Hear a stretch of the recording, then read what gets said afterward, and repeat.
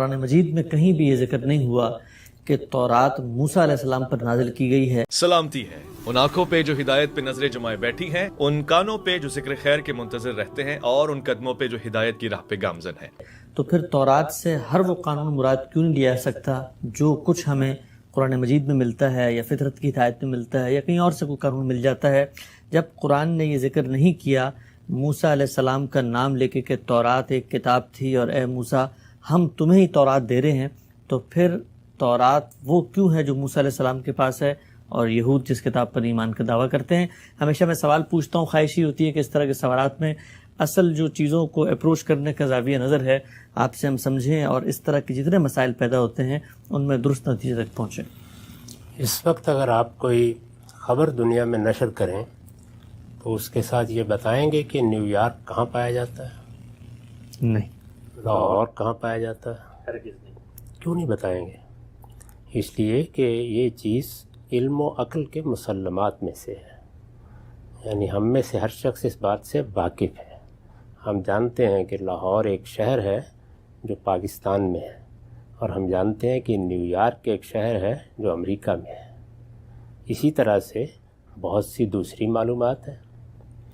جس میں اس کی ضرورت نہیں ہوتی کہ آپ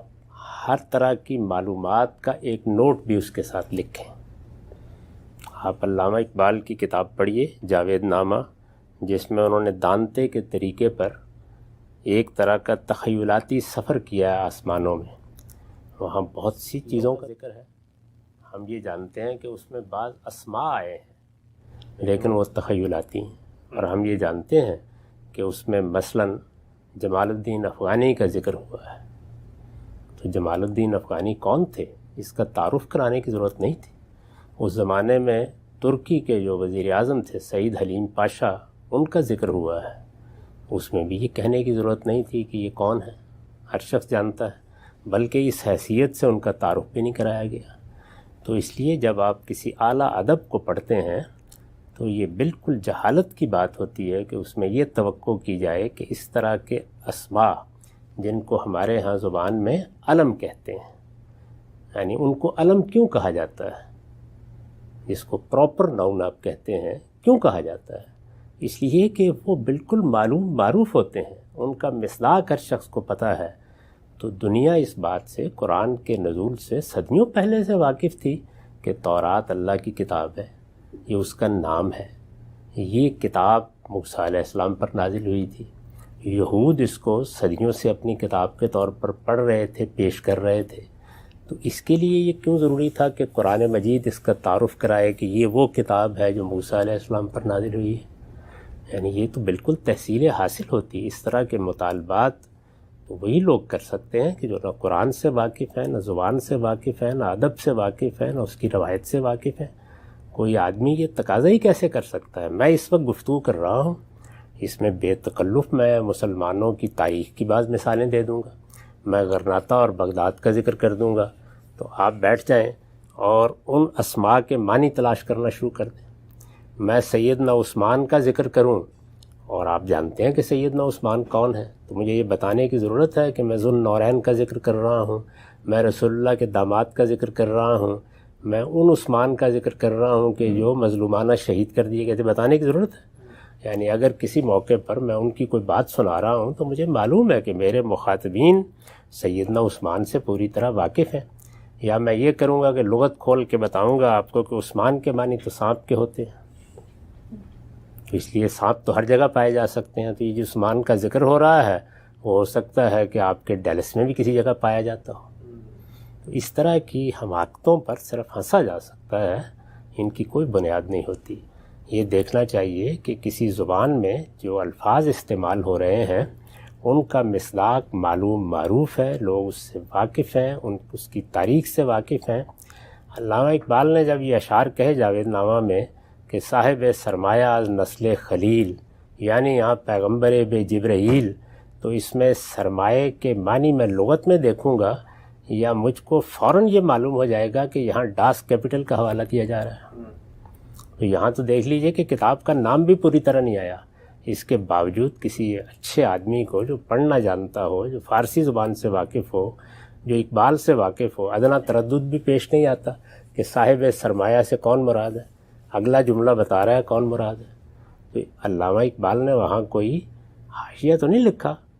کہ لوگوں متنبہ ہو جاؤ کہ یہاں صاحب سرمایہ سے میں کس کی طرف اشارہ کر رہا ہوں۔ ہاں کسی جگہ کوئی ابہام ہو تو توضیح بھی کی جاتی ہے، لیکن یہ کہ تورات کوئی ایسی چیز تھی جس کے لیے یہ توضیح کرنا تھا، یا انجیل کوئی ایسی چیز ہے، یا سیدنا موسیٰ اور سیدنا عیسیٰ کوئی ایسی چیز ہے، یا ایسی شخصیات ہیں جن کا تعارف کرانے کی ضرورت تھی۔ عربوں کا بچہ اس بات سے واقف تھا، تورات کا لفظ بولتے ہی معلوم تھا کہ اس سے کیا مراد ہے۔ اس وقت مسلمانوں کے ساتھ گفتگو کرتے ہوئے آپ کو تورات کا لفظ بولتے وقت باقاعدہ ایک توضیحی نوٹ اس کے نیچے لکھنا پڑتا ہے، تو اس لیے یہ بالکل بے معنی بات ہے۔ ایسی چیزوں کو بس ان کی جگہ پر رہنے دینا چاہیے اور صرف نظر کر لینا چاہیے۔ ٹھیک ہے صاحب، جو اصول آپ نے بیان فرمایا کہ علم، عقل اور تاریخ کے جو مسلمات ہیں وہ اگر آپ کلام کے اندر جا کے وہاں سے اخذ کرنے کی کوشش کریں گے تو کلام تو ان کو انیشیٹ کر کے بتا ہی نہیں رہا ہوتا، اس لیے کہ مخاطبین جانتے ہیں۔ ایک اور مثال آپ کے سامنے رکھ کے میں پوچھنا چاہتا ہوں، قرآن مجید کے اندر ذکر ہوتا ہے بنی آدم کا بھی، بنی اسرائیل کا بھی، لیکن پوری کی پوری امت بنی اسماعیل کہا جاتا ہے کہ اس کا تو نام و نشان قرآن مجید میں ہے ہی نہیں، کہیں پہ بنی اسماعیل کا لفظ بھی استعمال نہیں ہوا، تو اس کی کیا وجہ؟ بنی اسرائیل تو بہت جگہ پر آیا، تو بنی اسرائیل بھی تو ایک قوم تھی، اس کا تعارف تو قرآن مجید نے کرا دیا کہ ایک قوم تھی، ہم نے تمہیں فضیلت دی، جہان والوں کے اوپر پے در پہ تمہارے اندر پیغمبر آیا، تم نے یہ کیا، نام لے کے کہا جا رہا ہے، تو پھر بنی اسماعیل کا ذکر قرآن مجید میں کیوں نہیں؟ یہ کہ یہ ذکر کرنے کی بھی کیوں ضرورت پیش آتی؟ جو لوگ ان کی نمائندگی کر رہے تھے وہ سب قریش تھے، ان کا یہی نام اب معروف ہو چکا ہوتا، تو قریش کا ذکر قرآن میں موجود ہے، اور نہ بھی ہوتا تب بھی کوئی فرق نہ پڑتا، یعنی پورا قرآن کہیں بھی ذکر نہ کرتا۔ کتنے صحابہ کرام ہیں جن کے کارناموں کی طرف قرآن نے اشارہ کیا، بیعت رضوان جن لوگوں نے کی ان کی فہرست قرآن مجید نے لکھی ہوئی ہے، وہاں پہ بدر کا ذکر قرآن کرتا ہے، حنین کا ذکر قرآن کرتا ہے، یہ کہتا ہے کہ ہم نے تمہاری مدد کی، بدر میں مدد کی، حنین میں مدد کی، تو کیا اس کے نیچے کوئی باقاعدہ تاریخی حوالے دینے کی ضرورت ہے؟ تو اس لیے نام لیا جائے گا تو بعض اوقات اجمال سے لے لیا جائے گا، بعض اوقات کسی خاص پہلو سے لے لیا جائے گا،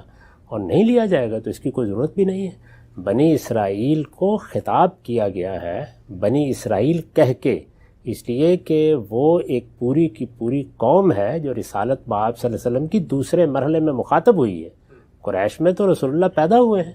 ان کے الگ کھڑے ہو کر آپ کیوں خطاب کرتے ہیں ان کو؟ وہ تو اسی طرح خطاب کیا گیا ہے جس طرح کہ قوم عاد کو، قوم ہود کو خطاب کیا گیا اور یہ کہا گیا کہ میرے بھائیوں، ایسے ہی خطاب کیا جائے گا۔ آگے بڑھاتے ہیں ہم سب، یہ بیان فرمائی کہ ایک اور چیز اس طرح بیان کی جاتی ہے کہ محمد رسول اللہ صلی اللہ علیہ وسلم ہے، یہ کوئی شخصیت نہیں ہے بلکہ یہ اصل میں وہ ایسنس ہے، وہ جوہر ہے، وہ روح ہے جو اللہ کی آیات کے اندر اترنے کے بعد کسی بندہ مومن کے دل پر منکشف ہو جاتی ہے۔ تو اب یہ کیسے ثابت کیا جائے گا کہ محمد صلی اللہ علیہ وسلم ایک رسول تھے؟ اور اس کے استدلال میں بھی یہ کہا جاتا ہے، قرآن مجید میں کہا گیا کہ اے محمد صلی اللہ علیہ وسلم تم ایک بندے ہو، انسان ہو، انہی کے اندر سے ہو، اور تم ایک رسول بنا کے بھیجے گئے ہو۔ اور کہا جاتا ہے کہ قرآن نے تو کہا ہے کہ محمد تمہارے میں سے کسی کے آباء و اجداد میں ان کا کوئی یعنی تعلق نہیں ہے، تو اگر ہم مان لیں کہ وہ کوئی شخصیت تھی تو پھر تو قرآن کی نفی ہوگی، قرآن خود کہہ رہا ہے کہ یہ تو تمہارے باپوں میں سے کسی کے باپ نہیں ہے۔ یہ کہا گیا ہے کہ یہ تمہارے ہاں سے کسی فرد کے پاس نہیں ہوئی، یعنی رسالت پاک صلی اللہ علیہ وسلم کے ہاں نرینہ اولاد نہیں ہوئی۔ اور یہ ذکر کرنے کی بھی اس لیے ضرورت پڑی کہ منہ بولے بیٹے کی بیوی کے ساتھ جب اس کو طلاق دے دے، طلاق کا مسئلہ زیر بحث آ گیا، شادی کا معاملہ، تو یہ سبب ہوا اس کا۔ قرآن مجید بے سبب ایسی معلومات نہیں دے رہا ہوتا، نہ وہ کوئی تاریخ کی کتاب ہے۔ میں نے ابھی ذکر کیا کہ کتنے لوگ ہیں جنہوں نے بدر میں اللہ تعالیٰ کے پیغمبر کا ساتھ، یہاں تک کہ غار حرا میں رسالت مآب صلی اللہ علیہ وسلم نے جو تعلیمات اخذ کی، جس کا ذکر ہم بہت تفصیل سے کر چکے ہیں، اس کا بھی کوئی نام آپ کو قرآن مجید میں نہیں ملتا۔ غار ثور میں جہاں آپ رہے وہاں پر بھی الغار کہہ کے اس کا ذکر کر دیا گیا ہے۔ اسی طریقے سے جو ساتھی ساتھ ہے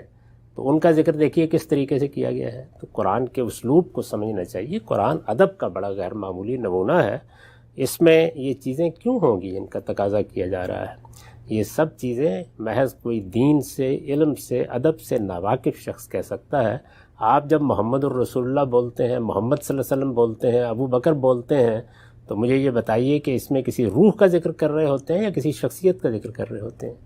تو محمد الرسول اللہ کی شخصیت ایک مسلمہ تاریخی شخصیت ہو چکی، یعنی یہ کوئی ماضی کا قصہ نہیں ہے، ایسا نہیں ہے کہ یہ قبل تاریخ کے کوئی واقعات ہیں جن کو بیان کیا جا رہا ہے، ایک روشن تاریخ بنی ہے، اس میں آپ کی بعثت ہوئی ہے، آپ کا خاندان ہے، اس سے ہم واقف ہیں، آپ کے علاقے سے واقف ہیں، دعوت کے مراحل سے واقف ہیں، ہجرت سے پہلے کے حالات سے واقف ہیں، یہ وہی علم و عقل کے مسلمات ہیں۔ اور اس میں جب اسماء استعمال ہوتے ہیں، ایک ہی اصول ہے جس میں بار بار یہ سوال آپ کر رہے ہیں، اسماء استعمال ہوتے ہیں تو ہمیشہ ان کا علم پہلے سے موجود ہوتا ہے، اور اسی علم کی روشنی میں ان کو سمجھا جاتا ہے۔ جو آدمی اسماء کے معنی تلاش کرتا ہے وہ وہی حرکت کرتا ہے کہ عثمان کے معنی تو اصل میں سانپ کے ہوتے ہیں، اور وہ اس کو ہمارے صحراؤں میں تلاش کرنا شروع کر دیں۔ تو ایسی حماقتیں لوگ کرتے رہتے ہیں، اس کو موضوع نہیں بنانا چاہیے۔